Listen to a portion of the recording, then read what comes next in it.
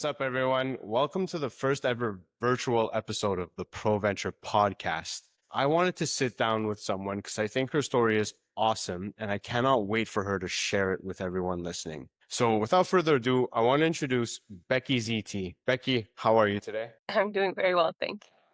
I'm good. I'm good. Thanks. Thanks for being here today with us. My pleasure. I'm excited. So, I'm really excited to film this episode because I wanted to shine some light on you and your story. And obviously, like I know a little bit about you, but I wanted the listeners to know about you. So let's just start off with who you are, what you do, and how you got here.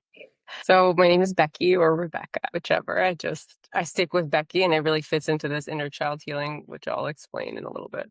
So the main work that I do right now is coaching for inner child healing and nervous system regulation. I'm also a massage therapist and a Reiki practitioner. I became an entrepreneur 11 years ago when I lost my dad suddenly for health reasons, and the notion of I was going back to school to do a master's so that I could teach. And the idea of being in a school in the same place every day, it didn't make sense for me. And I wanted to continue to teach, but at that point, because of what had just happened, I wanted to teach at the level of health. And so my journey as an entrepreneur started as a personal trainer, and I was a personal trainer for 4 years and a nutrition coach, and I did bodybuilding. And then come 2018, I just had this awakening and I realized that no matter how healthy you ate or how much you exercised, if you didn't heal your emotional body, then you would still be sick. And so this began the learning about inner child healing, Reiki, massage. And then last year, I obtained a certificate in somatics to become a nervous system regulation practitioner, which kind of ties everything together. And it's like to me, one of the most exciting parts of what I do right now. Amazing, amazing. Well, thank you. Thank you for that detailed introduction, Becky. And I want to jump into it because there's a lot to talk about. Obviously, I know you a little bit. I've been following you online. You mentioned bodybuilding, and one thing I could say is you're super disciplined when it comes to the gym. We see your stories every morning. I remember once I had mentioned how I'm like, oh yeah, I'm like, I need to be disciplined like you. So, someone who works out 5 days a week, and you quickly corrected me and you said 7. You know what I mean? So like when it comes to like discipline, obviously, being that disciplined with your gym goals, right? It takes a lot of discipline. So but when it comes to discipline, how does it correlate to your business practices and just everyday life? Like I have so much feeling that comes up just like thinking about the answer. And I started working out when I was 14. Right. So it was something that my dad gave me as a tool when he caught me smoking. And so that was my way to like ease anxiety Right. that's what he was like teaching me through that experience.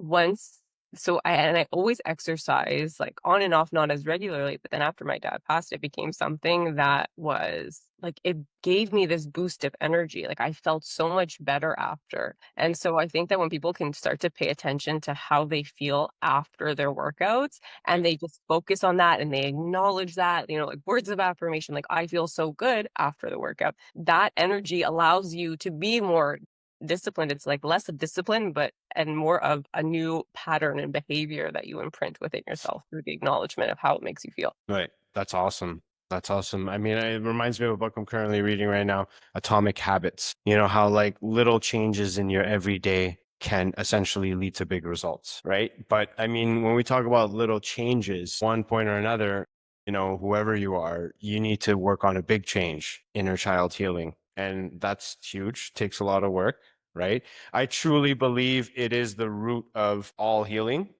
So tell us a little bit about that. How did you get into this? Because it's such like a unique field and a unique form of practice. So like what made you, get into this path when it comes to inner child healing? So it's very interesting. And I always say that exercise, in my opinion, is a foundation. It's like if you're looking at like a pyramid of like spiritual awakening and ascension, like the exercise is at the bottom and that's like the foundation. And then it leads into nutrition. And that's what got me into the inner child healing. So by really tuning in to my nutrition and doing cleanses, I had this awakening.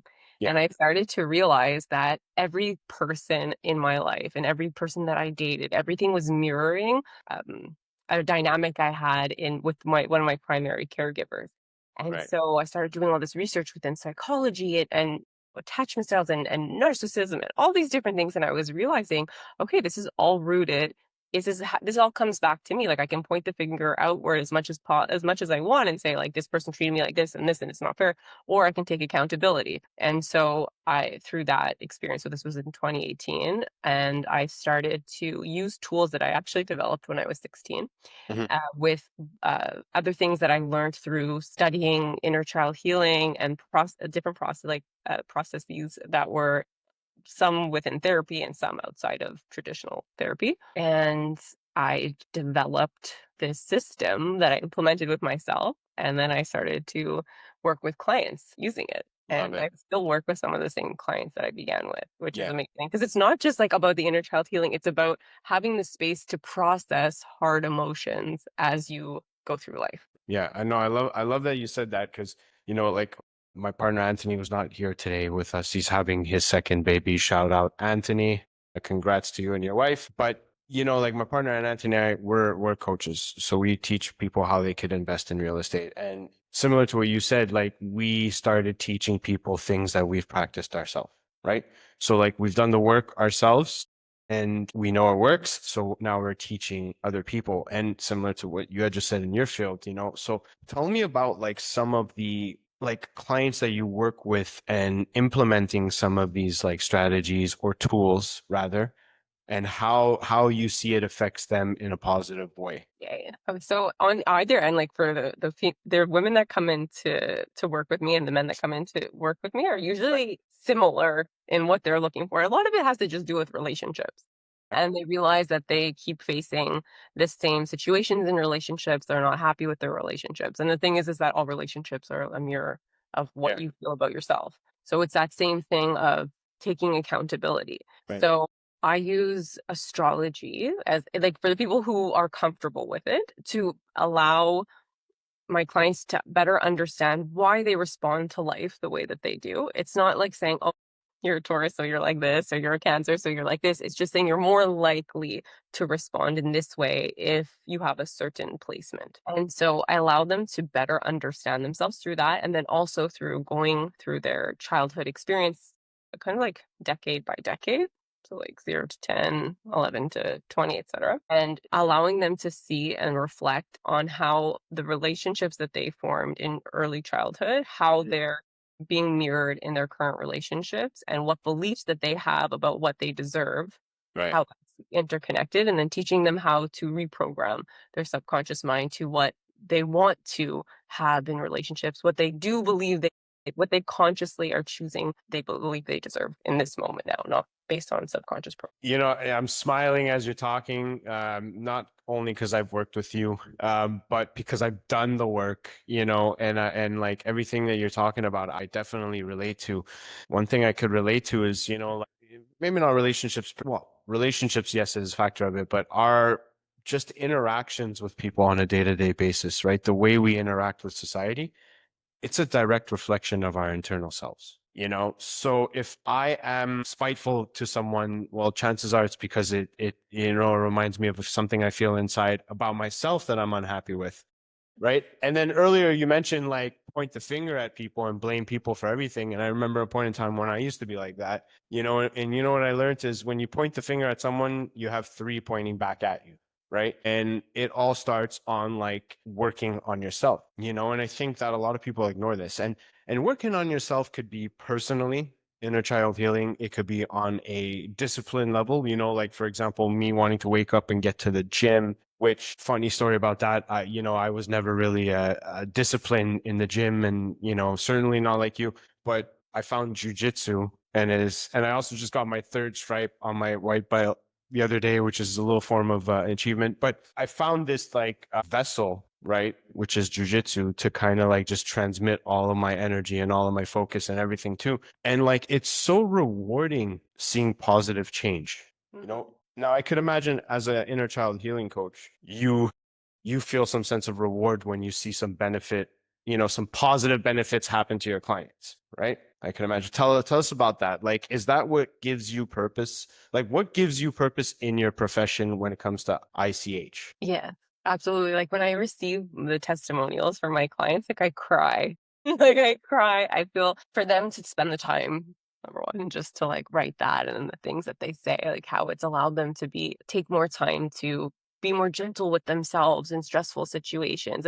Because like you don't want to treat your inner child like the way that you're trying to heal from. So if you receive a lot of like guilt and shame, then you don't want to, that's not how you reparent your inner child. So when I hear them telling me that, they respond to themselves with more grace and they're able to, take the time to journal every morning, or that they've entered into like a healthy relationship with someone else that's like at the same level, and I say level not like one's above the other, but I mean two people that are another person who's also willing to do the inner work, not just one Mhm. person. A lot of people come to me when they're the only one in a dynamic, like a relationship that's trying to move forward and the other one's stagnant. And then a lot of the times they leave the relationship of their choosing, or usually that is the case. And then they meet somebody who also wants to do the work, because it's no one's job to heal anyone. Like we're all meant to heal ourselves. And like that's what's rewarding for me, is watching my clients be able to do the work on their own thereafter. Like it's Right. how I see it different from like traditional therapy is that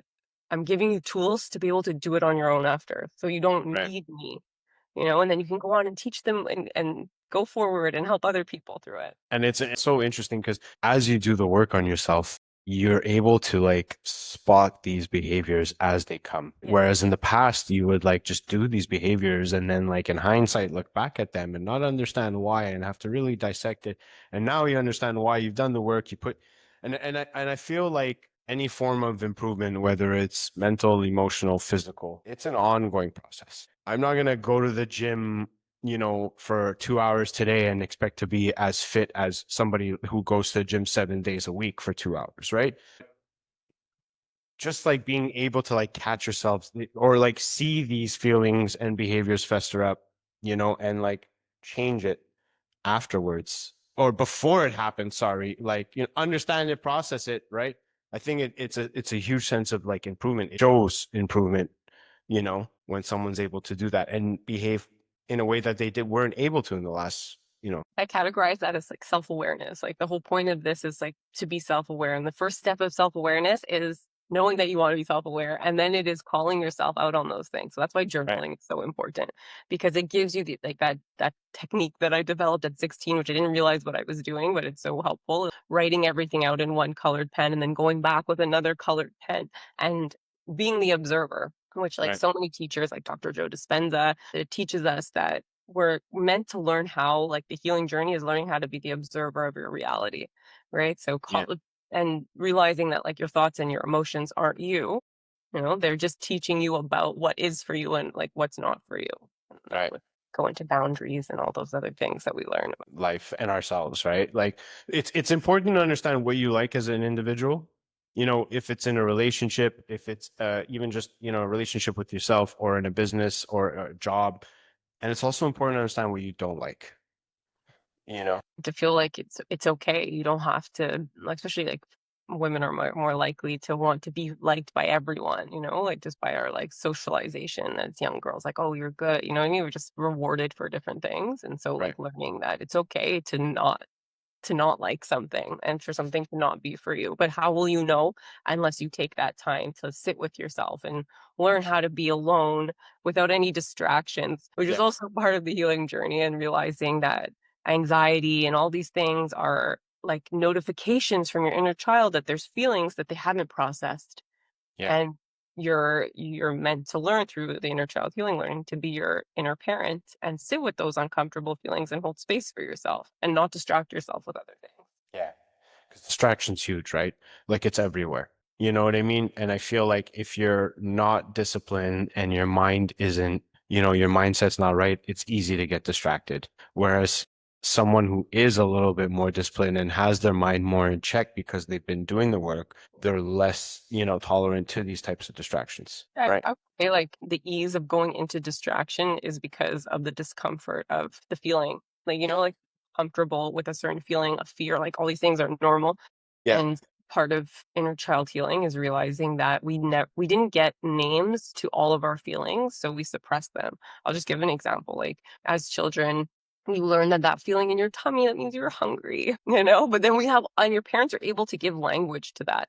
But then there's all these other feelings that our parents, especially like baby boomer parents, they didn't have the language to give us in terms of like feeling overwhelmed. Like, you know, like to them, it didn't make sense. They grew up in a different time. Like, how are you a child overwhelmed? But we did feel that way. And Yeah. so all of these feelings that we never had a name for, but therefore we never had the opportunity to validate, live in our body and our fascia, our deepest muscle tissues, which is what somatic work helps to release. And so when you feel uncomfortable and you try to distract yourself, that's literally like your body being like, there's an unprocessed emotion. Let's Yeah. learn how to sit with it. Yeah. 100%. And distractions, like some people distract themselves by eating. Some people distract themselves by, like movies, TV, Netflix. You know what I mean? Like distraction looks different for everybody. So like tell me a little bit about your journey into becoming a female entrepreneur, what that was like, what made you take the leap, and what were you doing before all this? I didn't even realize that that's the way that it was going again because like I had like a major trauma of losing my dad suddenly and I was like I had completed my bachelor's with honors and I was because I did that I was so sure I was going to get in to do a master's and I wanted to teach and I wanted to do all of these things and then again like I said earlier the idea of being in the same place every single day especially like it's normal like trauma like rewires your brain it like shrinks your brain actually and exercise actually like grows it again which is amazing but it wasn't possible. And so at that time, I had someone in my life who really, like, and we all need this, who really like boosted me up, like really believed in me and motivated me. I had already taken my courses to become a personal trainer, but I was so like, uncomfortable, like promoting myself. Like, remember, this is 11 years ago when Yeah. that was not as popular. It was like kind of odd for like our us older millennials to like be like I remember like seeing On the first camera. movie and being like, "Oh, that's weird." Yeah. And so he really pushed me and like I'm very grateful for that and say things like, "Oh, you know, people need to hear what you have to say." Like, you know, and because I love to study. Like anything that I'm interested in, like health, I would just research. Like I love doing research. I did research in university. And so it's just like it's exciting for me and I love being able to like solve problems for people and give people answers to questions. Like I always wanted to have the answer. So I love being able to do that. And so I was just so nervous to do it, but it was somebody pushing me and believing in me. And I think that that's like one of the most important things. And I think that you'll need that always throughout your career. Like you need to be your own hype person for sure, but having coach it, like having people who believe in you when you don't, like we need that. 100%. 100%. And this is where like the coaching comes into like I never believed in coaching, until about 3 years ago, 4 years ago, where I got a coach, a business coach, and it helped me so much, right? And then from not believing in it to becoming part of to having four different coaches and mentors and four different coaching communities I'm part of. And they say that like a good coach will get more out of you than you could get out of yourself. But you do need to be your number one fan, right?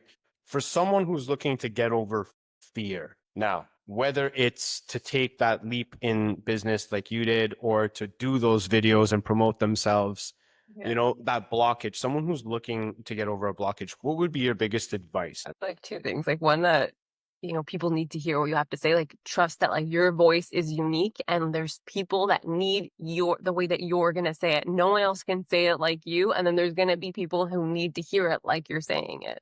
You Right. know, like if you have that feeling like to do it. And then also no matter what, like people are gonna judge you. Like Exactly. that exists like forever. And a lot of the times it comes from people's own feeling of lack and they're judging because they want to do it, but it's easier for them to register judgment versus like, I want to be doing that. And so like it's just that's why like I always wear like an evil eye. You know, like people have bad thoughts even if they don't want to, it's because they see something in you that they want to and it makes them feel like lack. Just accept. And what I do is just send them all love. You know? Exactly. Love. Love is truly the root of everything, right? Learn to release in love or let them go in love, Yeah. right? And that is truly the root, right?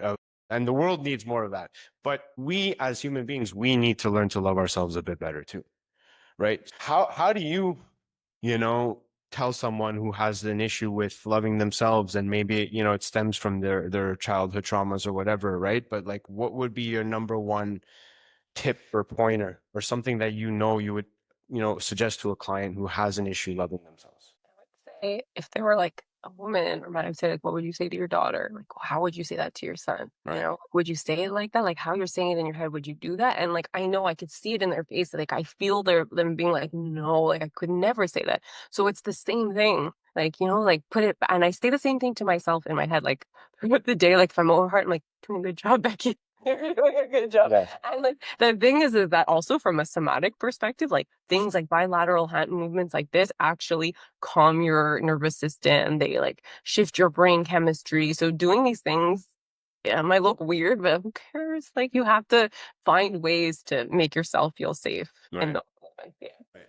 Yeah, and be your own, like, I guess, inner parent to your inner child, right? Right. Right. Because that's something I learned too, right? There's an inner child, and we all have an inner parent, and be your own inner parent. Be the person that be the person you wish you had, be the guardian you wish you had, and give yourself the love that you wish you received. Because, and I see this all the time, people getting into these relationships where no one's ready to be in a relationship, and it's like, what are you guys doing? Like, learn to become whole. Yeah. Instead of two halves coming together, about two wholes coming together, right? And like there's a saying, if you can't truly love yourself, how do you expect anyone else to love you? But we're not taught this as children. I don't think I got any of that. I don't think anyone I spoke to got any of that, to be honest with you. And I was super blessed. Like I had two parents that were like so in love, and like my dad would come home and like dance with my mom in the kitchen and like make her food, and like would come home, and it was so sweet. But it's like the language wasn't there for me to understand that for myself. Like I think that based on when they grew up, they got like their soul's karma was that they got to have this love for X amount of time. And so that was great, but I didn't learn how through watching them how to love myself. I actually learned that the other person is what makes you feel whole. And so I had to go through the whole process of, understanding my inner child and like making space for her. Because also I wanted to say that your inner child is like is like the portal to all your creativity. And Yeah. so like the more that you allow yourself the space to be there for your inner child, the more like creative possibilities that you have. And then learning to be both like my own inner mother and inner father. Right. And you like that's how you create that wholeness. Like as a woman, learning to be that masculine energy to make myself feel safe. So then again, I'm not looking for it in a partner or not expecting then that would if I have a partner, they're just amplifying that energy, but I'm not coming to a relationship with an energy of lack of I need. I Yeah. create. Yeah. Yeah. And I love that because I think that more people need to be content in their solitude. You know what I mean? Being alone, and how many people do we see searching for relationships that just want to fill a void, fill a hole, right? And thinking that that's the answer when the answer lies within us. Like the relationship from that point will just continue to bring up whatever you needed to heal. Like that's 100%. it.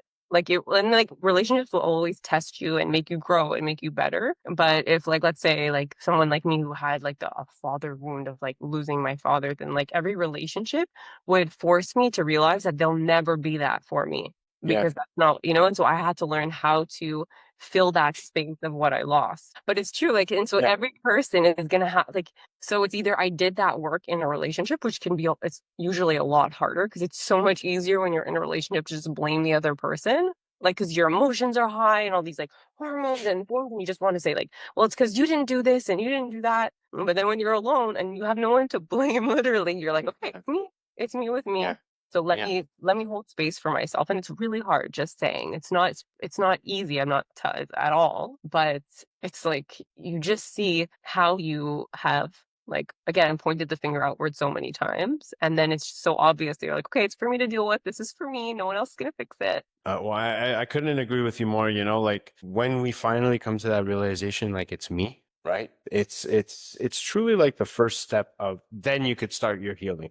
You know what I mean? You could really start your healing when you make the realization that the work that needs to be done is on you, right? And that denial, right? And like yeah, step one, right? Just admitting that you're the problem. Let's just say, right? It's true. You cannot progress and heal properly without that, and it's a huge step.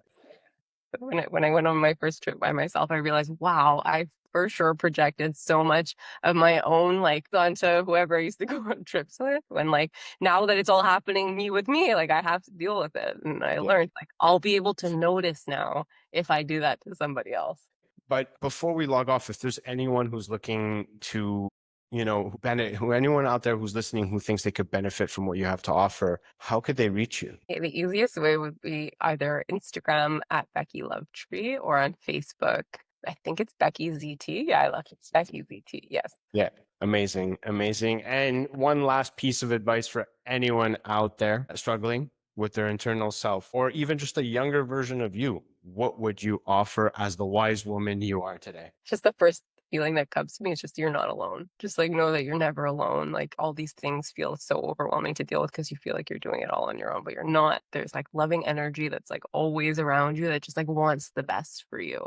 And it's there as soon as like you open yourself to it. Amazing. Amazing. I love that. Because I think a lot of people feel that they don't deserve these things that they truly want, and that couldn't be further than the truth, right? They deserve everything they want. Absolutely. If it's in your imagination and like it's part of your future, it's just like you aligning with that truth and you really believing it. I love it. I love it. I'd love to get you back on. I feel like there's so much more we could talk about. I'd love to get you back on. So thanks again for sitting down with me today, speaking with me. And we look forward to seeing you guys next time. So for everyone listening, guys, don't forget, follow us on Instagram, Facebook. We're available on Apple Podcast and Spotify. Have a good day, everybody.